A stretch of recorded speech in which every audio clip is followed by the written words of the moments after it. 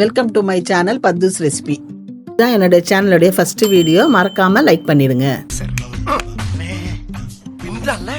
இன்றைக்கி நம்ம என்ன பார்க்க போகிறோம்னா இன்ஸ்டன்ட் குலாப்ஜாம் மிக்ஸ் வச்சு குலாப்ஜாம் செய்ய போகிறோம்.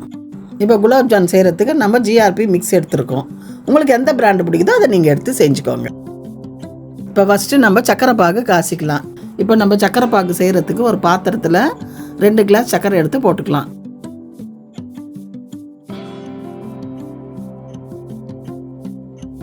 ரெண்டு கிளாஸ் சர்க்கரைக்கு 2 கிளாஸ் தண்ணி சேர்த்துக்கலாம்.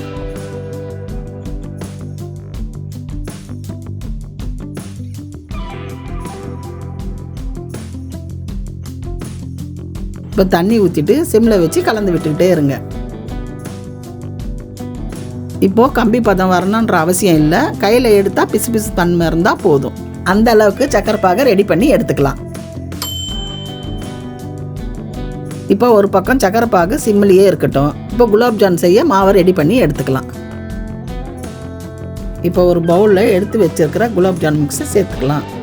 இந்த மிக்ஸில் தேவையான அளவு தண்ணி ஊற்றி பிசைஞ்சு எடுத்துக்கலாம். உங்களுக்கு தேவைன்னா நீங்கள் பால் ஊற்றி கூட பிசைஞ்சிக்கலாம். இப்போ அந்த மிக்ஸில் கொஞ்சம் கொஞ்சமாக தண்ணி ஊற்றி பிசைஞ்சிக்கோங்க. அதிகமாக ஊற்றிடாதீங்க. இப்போ லைட்டாக பிசைஞ்சிக்கோங்க. ரொம்ப ஆடாக பிசைஞ்சிங்கன்னா விரிசல் விட்டுடும். அதனால் மைல்டாகவே பிசைஞ்சிக்கோங்க.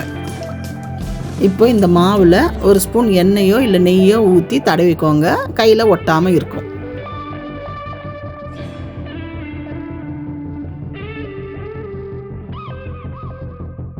இப்போ மாவு ரெடி ஆயிடுச்சு. கையில் கொஞ்சம் எண்ணெய் தடவிக்கின்னு சிறு சிறு உருண்டைகளாக பிடிச்சி வச்சுக்கலாம்.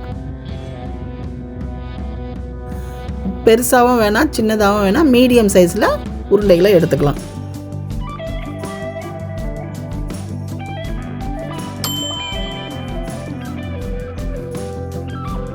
இங்கே பாருங்கள், கிராக்கே இல்லாமல் சாஃப்டாக வந்திருக்குது.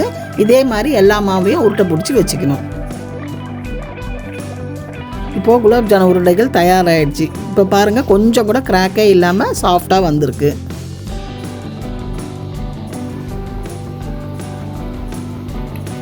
இந்த சைடு பாகு ரெடி ஆகிடுச்சு. அது கம்பி பதம் வர வேணும் அவசியம் இல்லை. இப்போ கையில் எடுத்தால் பிசு பிசுன்னு ஒட்டணும். இதுதான் பாகுடைய பதம். இப்போ இது கூட ஏலக்காய் தூள் சேர்த்துக்கோங்க. ஆனால் எங்கள் வீட்டு பசங்களுக்கு இந்த ஸ்மெல் பிடிக்காது, அதனால் நான் இதில் சேர்க்கவே இல்லை. இப்போ சக்கரை பாகு ரெடி ஆகிடுச்சு. அடுத்தது நம்ம குலாப்ஜாம் உருண்டைகளை பொரிச்சு எடுத்துக்கலாம். இப்போ ஒரு கடாயில் குலாப்ஜாம் பொரியிற அளவுக்கு எண்ணெயை ஊற்றி சூடுபடுத்தி எடுத்துக்கோங்க. இப்போ எண்ணெய் நல்லா காஞ்சதும் ஒரு குலாப்ஜானை போட்டு பொரிச்சு பாருங்கள்.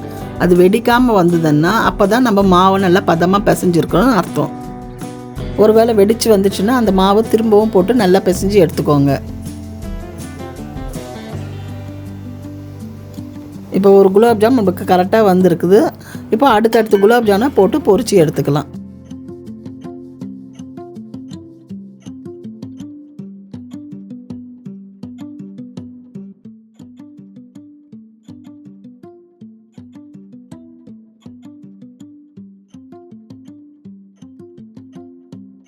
இந்த மாதிரி பொரிஞ்சதுக்கப்புறம் நல்லா கலந்து விட்டுக்கிட்டே இருங்க. எல்லா பக்கமும் கோல்டன் ப்ரௌன் ஆன உடனே வெளியில் எடுத்துடுங்க.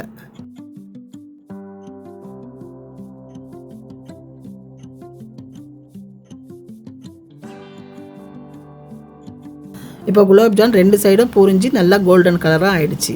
இந்த ஸ்டேஜில் நம்ம வெளியில் எடுத்துக்கலாம். இப்போ இந்த சூட்டோடைய சக்கரை பாகில் எடுத்து போட்டுடலாம்.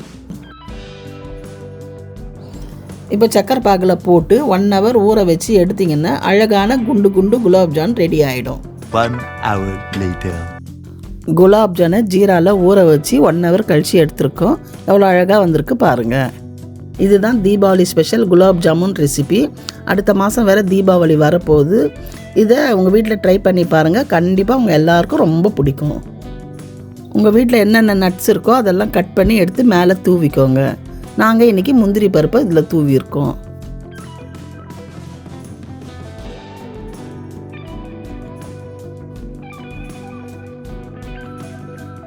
குலாப்ஜானை கட் பண்ணால் பாருங்கள் எவ்வளோ அழகாக சாஃப்டாக வந்திருக்கு. இதுதான் என்னுடைய சேனலுடைய ஃபஸ்ட்டு வீடியோ. இந்த வீடியோ உங்களுக்கு பிடிச்சிருந்தா லைக் பண்ணுங்கள், ஷேர் பண்ணுங்கள், கமெண்ட் பண்ணுங்கள். மறக்காம சர்ப்ரைஸ் பண்ணுங்க. Thank you. அப்போ தான் இந்த மாதிரி குக்கிங் வீடியோஸ் எல்லாம் உங்களை ரெகுலராக வந்து சேரும். Okay bye.